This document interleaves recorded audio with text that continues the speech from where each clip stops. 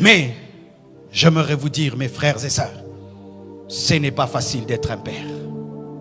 Ce n'est pas facile d'être un père. Être un père est difficile. Et Jacob est un exemple de cela. Jacob avait des problèmes avec Dieu. Il avait des problèmes avec son beau-père. Il avait des problèmes avec son grand frère. Il avait des problèmes avec sa femme qui n'avait pas d'enfant. Il avait des problèmes avec tout le monde. Les enfants viennent auprès de toi. Ils te disent leurs problèmes. Ta femme, quand elle a des problèmes, elle vient te les dire. Mais toi, quand tu as des problèmes, tu vas voir qui? Les hommes sont parmi les personnes les plus seules de la terre, mais souvent on ne le sait pas. Quand ton enfant a des faiblesses, il te dit, papa, j'ai telle faiblesse. Quand ta femme a des faiblesses, elle te dit. Mais des fois toi-même, tu n'as rien à dire à personne. Ce n'est pas facile d'être un père. Chères femmes, vous qui êtes là, ayez des fois compassion de vos maris. Ce n'est pas facile d'être un père. Chers enfants, ayez compassion de vos parents. Ce n'est pas facile d'être un père. Ce n'est pas facile. Vous savez, quand j'ai fini d'étudier à l'école Massamba et que j'ai grandi, je me suis posé la question, comment mon père faisait pour payer toutes nos études? Avec sa situation, comment il arrivait à payer l'école pour ses 6 enfants? C'était lorsqu'on était à 5. Comment il faisait? Comment il faisait? Être père, c'est très difficile. Et certains hommes craquent, mais ne peuvent le dire. Ils craquent. Ils regardent les enfants n'ont pas mangé. Il ne sait pas comment il va payer le loyer. Lui-même se sent malade. Il ne sait pas demander. Et sa femme lui demande. Les enfants demandent. Certains même, ils sortent, ils se promènent, il ne veut pas rentrer à la maison. Parce que qu'est-ce qu'il va donner? Qu'est-ce qu'il va ramener? Et tu vois un père sur la route en train de parler lui-même, de parler. C'est rare de trouver une maman qui parle. Ce n'est pas facile d'être un père.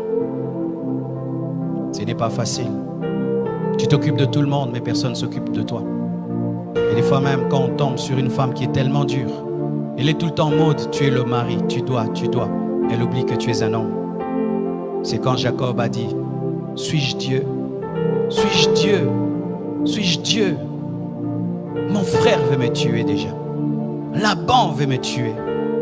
Dieu a des problèmes avec moi, il m'appelle Jacob. Suis-je Dieu? Et ses enfants, ils prennent l'enfant préféré, ils le vendent.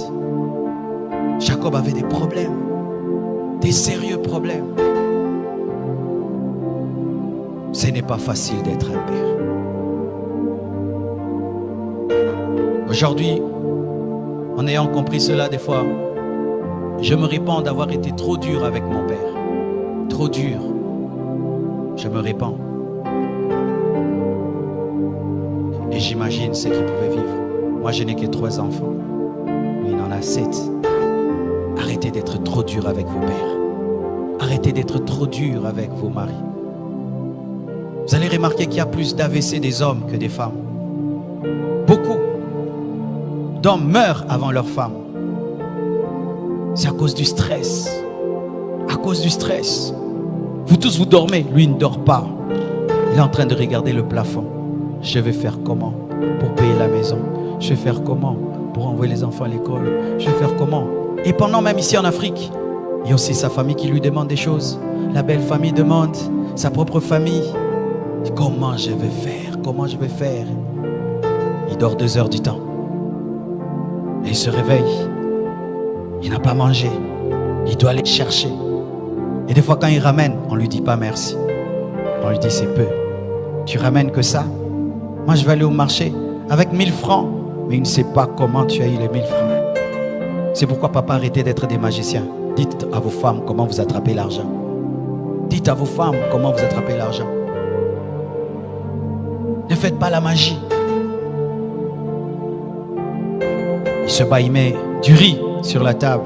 Les enfants mangent en murmurant. Seulement du riz. Seulement du riz. Mais tu sais comment il a eu le riz? Comment il a eu le riz? J'ai vu des pères entrer dans mon bureau. Tu sens, pour te parler de son problème, il prend son orgueil d'homme. Il le tue, il le met de côté. Il pense à ses enfants, à sa femme. Oui, il te dit, mais tu sens.